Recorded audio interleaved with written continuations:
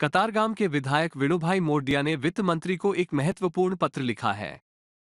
इस पत्र में उन्होंने कॉक्लियर इम्प्लांट रोगियों की लागत में लगने वाले जीएसटी को समाप्त करने या कम करने की सिफारिश की है। विधायक विनुभाई मोरडिया ने पत्र में उल्लेख किया है कि कॉक्लियर इम्प्लांट के प्रोसेसर, बैटरी चार्जर, केबल और कॉइल जैसे पेशेंट पार्ट्स पर 18% जीएसटी लगाया जाता है, जिससे मरीजों पर भारी आर्थिक बोझ पड़ता है। उन्होंने विशेष रूप से ये भी बताया है कि लगभग 90% मरीज मध्यम और गरीब वर्ग के हैं, जिनके पास इस भारी खर्च को वहन करने की क्षमता नहीं है। सरकार से अनुरोध करते हुए विधायक ने इन बच्चों और उनके परिवारों की मानवीय मदद के लिए जीएसटी को पूरी तरह से समाप्त करने या इसे घटाकर 6% करने की सिफारिश की है। माननीय कनुभाई देसाई नाણામંત્રી શ્રી ગયા વીકમાં અહીંયા આવ્યા હતા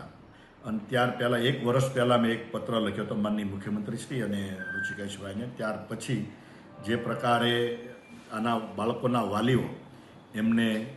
માનનીય ઋષિકેશભાઈને બધાને મળ્યા હતા અને એમનો પ્રશ્ન જે હતો એ હલ થયો હતો। ત્યારબાદ ફરીથી પાછા એ વાલીઓ મારી પાસે આવ્યા અને એમનું કહેવાનું એવું હતું કે જે કોક્લિયર પ્લાન્ટ એટલે કે કાનમાં સાંભળવાનું મશીન જે બાળકો માટે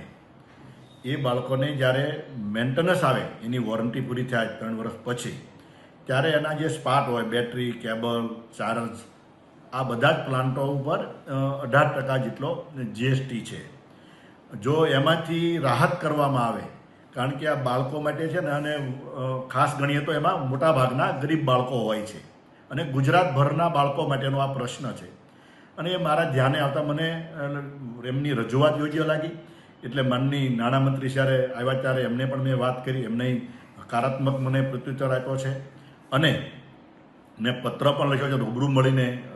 કનુભાઈને પત્ર આપ્યો છે જેથી કરીને આવનારા દિવસોમાં જલ્દીથી જલ્દી જે આના સ્પેર પાર્ટ હોય મશીનના એની ઉપરથી જીએસટી હટાવવામાં આવે અથવા તો મિનિમમ જીએસટી લગાવવામાં આવે જેથી કરીને રાજ્યના ગરીબ બાળકો અને ગરીબ વાલીઓના આશીર્વાદ મળી શકે સરકારને।